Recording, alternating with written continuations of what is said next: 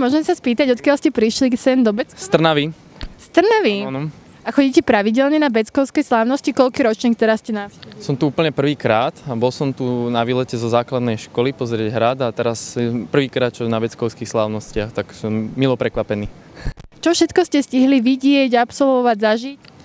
Zatiaľ sme tu len tak si urobili tú prehliadku hradu, ale ešte nás tu oveľa toho viac čaká a zatiaľ nás potešila tá rozmanitosť všetkých tých vecí, ktoré sa tu nájdeme. A s kým ste prišli dnes na Beckovskej slávnosti? S rozšírenou rodinkou, budúcou. My sme sa bavili z Česka. A ako ste sa dozvedeli, že v Beckove prebiehajú takéto slávnosti? To sme nevěděli. Jsme přišli na hrad a pak jsme to tady viděli, tak jsme se šli podívat. A ako dlho ste tu? Od soboty. Máte podobné takéto akcie, podujatia aj u vás?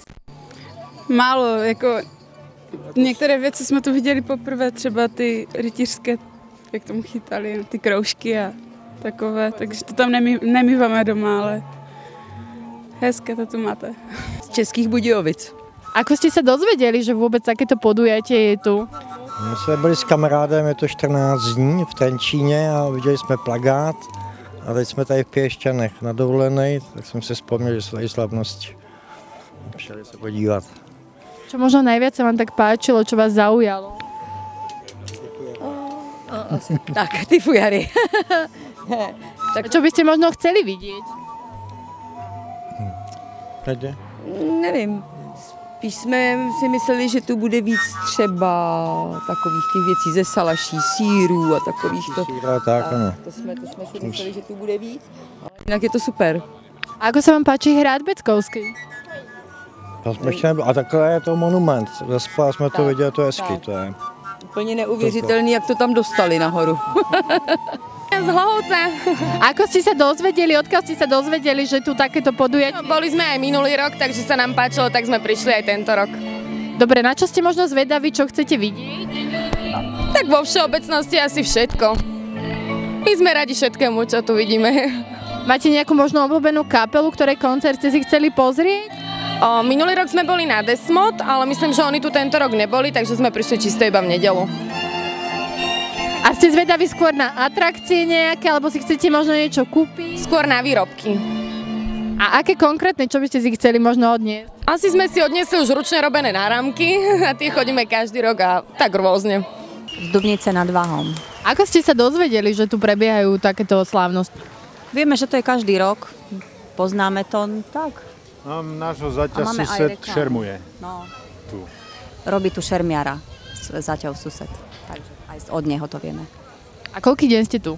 My sme prišli len dnes. A na čo sa možno tešíte? Čo by ste chceli vidieť? Na ten rytierský súboj sa tešíme. Veľmi. Pozreli ste si trebárs aj stánky? Máte možno chuť niečo si kúpiť? Ne, máme nakúpené všetko. A čo ste nakúpili? A ozdôbky, volovinky, opasky a také veci. Tak viete, no. Jak chcete, pozrite. Aj na halušky. No, aj všeličo možné. Mísky na halušky, brinzové, s lyžicami a také vecičky praktické a nepraktické. Máte radi takéto podujatia? Áno, páčia sa nám veľmi. A prečo? Tá atmosféra, tá ľudová tvorba, hudba ľudová, zvyky, preto. Prídete aj na budúci rok? Určite sa prídeme pozrieť. Určite. No, my sme z Humenného, trošku z ďalekého východu. A ako ste sa dozvedeli o tom, že tu prebieha takéto podujatie? No, cez internet. Pozreli, že tu máte nejaké celkom dobré kapely a prišli sme sa pozrieť, že ako tu prvýkrát sme tu a sme zistili, že je to tu celkom fajn. Čo vás možno tak najviac zaujalo? Tie remeselnícke stánky, čo tu sú a potom samozrejme kapely, hudba a takto. Ktorá skupina vás možno tak najviac potešila? Ten Vidiek a IMP Smile. A čo možno ste si odniesli z tých stánkov? Kúpili ste si možno niečo? No tak nejaké tie perničky, potom oplátky a čo sa týka pivečka, takto. A prečo sa vám páči takéto podujatie? No povedz už aj niečo ty, preboha. Hlavne kvôli tomu, že sme sa sem došli zrelaxovať, oddychnúť si trošku, odreagovať od práce a takto. A prídete aj na budúci rok? No asi áno. Celkom sa nám tu páči. Tak boli sme, kde sme boli? Deti boli na skákacom hrade, pozreli sme si stánky, čo tu ponúkajú a tuto na húpačkách sme sa zastavili. Super sú tu koníky, Tari. Tebe sa páčia koníky hlavne, že? Ona sa vozí na koníkoch. Ináč výborné, je to príjemné. Všetko. Aj folklórny súbor je super. Možno čo tak najviac vás láka vidieť, zažiť? Všetko. Proste to, čo tu je, to nás zaujíma. Pozrieme si to s radosťou. Z Púchova. Chodíte pravidelne?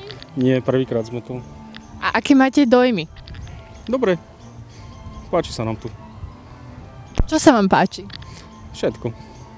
Stánkov veľa, je čo vybrať deťom, na hranie, sladkosti a podobne.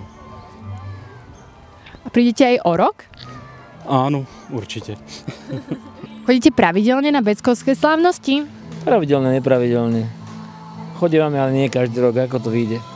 Ako vám vyhovuje atmosféra, ako sa vám tu páči, čo všetko ste možno videli, zažili? Vyhovuje dobre. Včera sme nestihli koncert, tak sme prišli dneska. No tak, oddychnúť si v pohode. Prišli sme sa pozrieť na tie rytierské súboje, no a uvidíme ešte na hrad, zrejme pôjdeme. Bratislavy. Ako ste sa dozvedeli, že Beckové sú takéto slávnosti? Som na rekreácii v Kočovciach na pobyte, takže vedela som o tom a s vnukom som tu a s dcérou, oni sú niekde na nejakej inej atrakcii. Ale veľmi sa mi to páči, som neverila tomu, včera sme neprišli a hovorili, že oplatí sa prísť tak skutočne. Každý si tu nájde svoje. Ja som si kúpila do altánku také tí zvončeky bambusové. Tie súboje tuto nás zaujímajú, čo budú teraz tých rytierov, to by som rád videl. A prečo? Tak lebo je to zaujímavé, jak to kedysi bolo a ako sa bojovalo o ženy. Trebárs. Tak zatiaľ som obišla všetky možné stánky a sú fantastické veci, ktoré sú v tých stánkoch, takže je to super. Určite prídeme aj na budúci rok.